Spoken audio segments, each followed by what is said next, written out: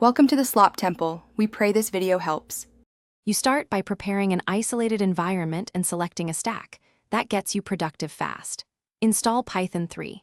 10 or newer, make a virtualenv, and pip install the library you plan to use, Transformers, OpenEye, or Rasa. Once done, acquire API keys or download model files and put them in a env or secure key store. Make sure to test a quick import in REPL. This validates your runtime, network access, and dependency resolution before you write any core code. Now you build the main pipeline: intent parsing, context tracking, and response generation. Start by coding a tokenizer and loading your model with correct device mapping, CPU or GPU, and implement a chat loop that accepts user text, encodes it, runs inference, and decodes responses. Once done, add context windows and a state store. This preserves multi-turn history.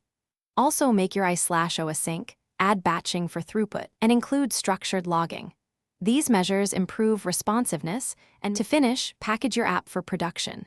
Create a Docker file, add health checks, and expose a REST or WebSocket endpoint for clients.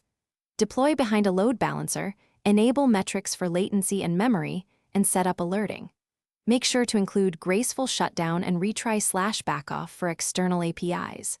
If something goes wrong, first verify model device mapping and that environment variables and keys are loaded. A mismatch or missing key is the most common failure. Then reproduce locally with diagnostics enabled to trace the issue. Thanks for watching. Consider subscribing if we helped you.